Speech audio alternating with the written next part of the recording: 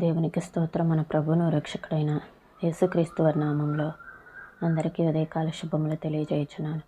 ఈరోజు దేవుని వాగ్దానము ఫిలిప్పీ పత్రిక 3వ అధ్యాయము 8వ వచనము. నా ప్రభు అయిన యేసుక్రీస్తును గుర్చిన అతి శ్రేష్టమైన జ్ఞానము నిమిత్తమై సమస్తమును నష్టముగా ఎంచుకొనుచున్నాను.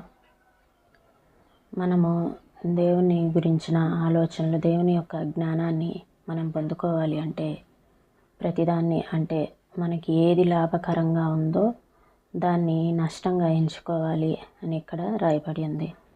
అంటే మన యొక్క పాపపు తలంపులను, వాటినే కాకుండా మన యొక్క పాపపు తలంపులను దూరం పెట్టడమే కాకుండా మనకి ఏదైతే మంచిగా సౌకర్యంగా అనిపిస్తుందో, మంచిగా బయటకు కనిపించే కొన్ని ఆలోచనలు, మనకి ఇది బాగుంది, ఇది మంచి ఆలోచన అనిపిస్తుంది.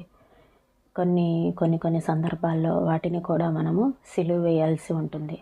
ఎందుకంటే మనం ఫలించాలంటే చీకటిలోనూ ఒంటరితనంలోనూ పాతి పెట్టబడాలి.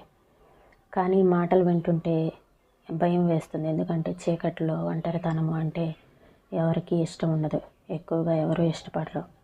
కానీ శ్రమల్లో దేవుడు నాకు తోడుగా ఉన్నాడు అనే ఒక ఆలోచన కలిగి ఉంటే మనకి ఆ శ్రమల ద్వారానే సమృద్ధి, మరణం ద్వారానే జీవం.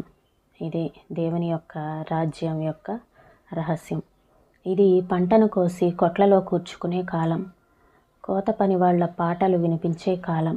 కానీ పొలాల దృష్టాంతం ఆధారంగా దేవుడిచ్చిన గంభీర సందేశం కూడా ఇప్పుడు వినాలి. నువ్వు బ్రతకాలంటే ముందు చనిపోవాలి.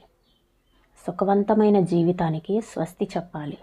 నీ పాపపు తలంపులనే కాక మంచివిగా బయటకు కనిపించే కొన్ని ఆలోచనలను కూడా సిలువ వేయాలి. నువ్వు ఫలించాలంటే చీకటిలోనూ ఒంటరితనంలోనూ పాతిపెట్టబడాలి. ఇది వింటుంటే భయం వేసింది. కానీ ఆ ఆజ్ఞల్ని ఇచ్చింది యేసే గనుక ఆయన శ్రమల్లో పాలు పొందటం నా భాగ్యమే. కాబట్టి శ్రమల్లో నాకు తోడుగా యేసు ఉన్నాడు. ఇదంతా ఆయన నన్ను వాడటానికి ఒక పాత్రగా తయారు చేస్తూ ఉంది. యేసు కల్వరి అనుభవం గొప్ప ఫలాలనిచ్చింది. నా శ్రమలు అంతే. బాధ ద్వారా సమృద్ధి, మరణం ద్వారా జీవం. ఇదే కదా దేవుని రాజ్య రహస్యం. మొగ్గ విచ్చుకొని పువ్వులా మారితే దాన్ని మరణం అని అంటామా? వెదకి కనుగొని వెంబడించి శ్రమిస్తే ఆశీర్వదిస్తాడా ఆయన? పరిశుద్ధులు, అపోస్తలులు, ప్రవక్తలు, హతసాక్షులు అవును అని పలికారు. ఈ మాటలను ప్రభువు మన వినికిల్లో దీవించునుగాక. ప్రార్థన చేసుకుందామండి. స్తోత్రం తండ్రి, పరిశుద్ధుడ, ప్రేమ కలిగిన దేవా, మీకు వందనాలు చెల్లిస్తున్నాం. అయ్యా, మా ప్రభు అయిన యేసుక్రీస్తును గూర్చిన అతి శ్రేష్టమైన జ్ఞానము నిమిత్తమై సమస్తమును నష్టముగా ఎంచుకొనిచున్నానని పౌలు గారు అన్నారు. ఎంతోమంది భక్తులు ఇదే బాటలో నడిచారు ప్రభువా. అయితే మాకు శ్రమల్లో కొన్నిసార్లు భయం వేస్తుంది, ఒంటరితనంలో భయం వేస్తుంది. కానీ మేము ఫలించాలంటే ఆ ఒంటరితనము, ఆ చీకటే, మేము వాటిల్లోనే పాతిపెట్టబడాలి.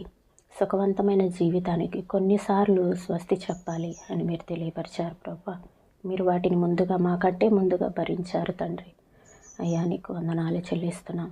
శ్రమల ద్వారా సమృద్ధి, మరణం ద్వారా జీవం అయ్యా మీరు ఇచ్చారు నాయన ప్రభువా.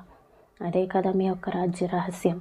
ఆ రాజ్యంలోనికి మేము ప్రవేశించాలంటే కొన్నిసార్లు మేము శ్రమలను భరించాల్సి ఉంటుంది. ఆ శక్తిని, ఆ బలమును మాలో నింపమని, అటువంటి ఆత్మీయ పరిపక్వతను మాకు అనుగ్రహించమని, మీ శక్తి చేత, మీ బలము చేత మమ్మల్ని నింపి నడిపించమని, మీ సన్నిధిని మాకు తోడుగా ఉంచమని యేసయ్య పరిశుద్ధమైన నామంలో అడిగి వేడుకొంచున్నాము తండ్రి. ఆమేన్.